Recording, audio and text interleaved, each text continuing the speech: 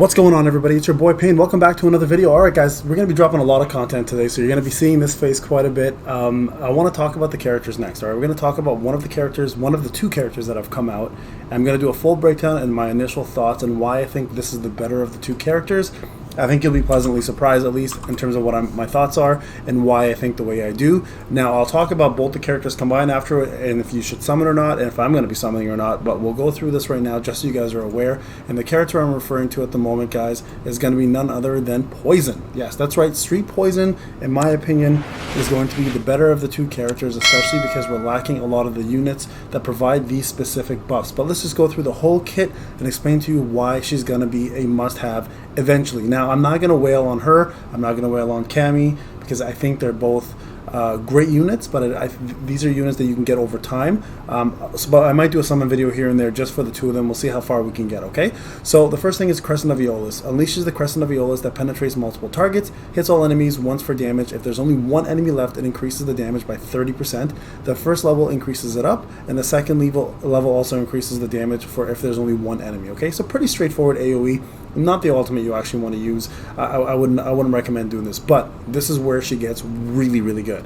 Her combo 1 grants all teammates 1 times Toxic Love, increasing their crit damage by 30% for 6 seconds, stacks up to 5 times. If you don't know this, crit damage is the best multiplier in the game. So if you can crit, if you have high crit rate, your crit damage will do insane amount of damage to the opponents. Now, this is going to be great for PvP, PvE, bosses, events, you name it. This buff is going to be probably the newest, best buff in the game. Now, not to mention, when you get to level 2 and 3, she increases your pressure, which means anyone who dodges a lot, you'll still push out some damage, an increase of 15%.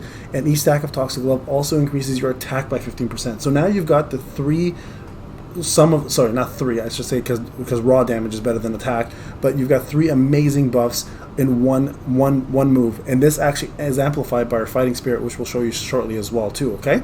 Now, Obsessed Heart is also a really, really good move because it's also pretty much Toxic Love EX move rolled into a combo. I suggest using this one here, but on events where you want to do a charm to control the fight a little better, this one will take precedence. So summons an Obsessed Heart, which deals damage to a single target it touches with a 40% base chance to inflict charm for 3 seconds. If you don't know what charm does, it essentially makes the opponent go against its own enemies or just stand still and not do anything, giving you a better opportunity to pull off your combos and specials before they get a chance to, right?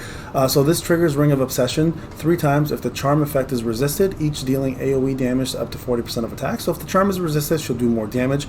This one here, on the other hand, is a better one. Increases the base of charm to 60% and triggers Ring of Obsession 5 times when the charm effect is resisted. So instead of 3 damages at 48%, it'll do 5 damages at 48%. So really, really good skill too as well too. A great CC to control the battle. The only time this will not work really well is if you're fighting any opponents who have control immunity as a buff.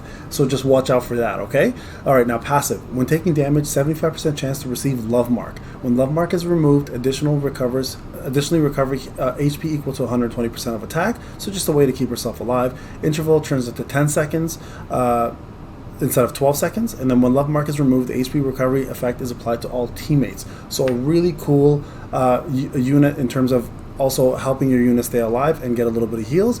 When getting attacked, so Love Mark is essentially when getting attacked, reduce the damage taken by 50% of a fighter's attack, lasts 6 seconds, up to 1 stack, and cannot be dispelled. So that's great that it cannot be dispelled, okay? So honestly, guys, coming down to it, she is going to be the best buff unit, support unit in the game. Maybe next to Rose, maybe a bit better than Rose, to be honest with you, because of the she ensures you to get some of the best buffs. Now here's where it gets even better. Ultimate Allure. So Piercing Shot, which is this one here, right? Piercing Shot replaces Alarming Arrow. So Alarming Arrow is the buff one. That's the one we want to focus on.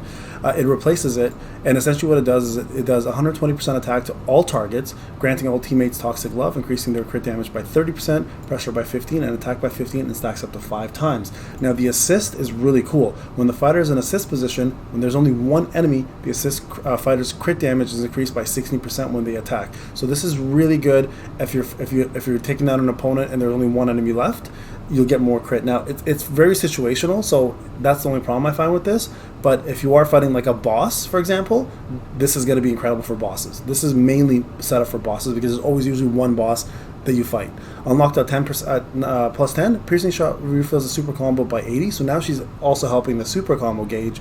And then at 20, toxic love has a chance to grant an additional toxic love, so it stacks up to 5 times, guys, so you can get that extra buff to go 60%, 30%, and 30% for 6 seconds just by having that. Alright, and then unlock at 20 seconds after the battle begins, piercing shot replaces regular attacks. So this actually ends up becoming her norm. So you'll get that 5 stack so quickly, guys, that you're going to have the permanent buffs pretty much there the entire fight. Absolutely broken. Absolutely broken. So best support in the game, hands down at the moment in my opinion. Is she worth getting? Absolutely. Is she worth triple S'ing? If you can, if you're going to whale, do it. I'm personally going to summon for her, but I don't know if I'm going to triple S her right away because I feel like this is a trap to get suckered into the Akuma banner, which is coming later in the month, which is smart by them, to be quite honest. It's a smart business move. I know the community is not happy that the communication was wrong, but they never said, I mean, they did say he's the next fighter coming with the A+ Twitter. Obviously, they changed their minds, but this is not a bad thing. This is actually a really good unit to introduce, and the next unit we're going to talk about, guys, is Cammy, so wait for that, and I'll be talking about that very soon.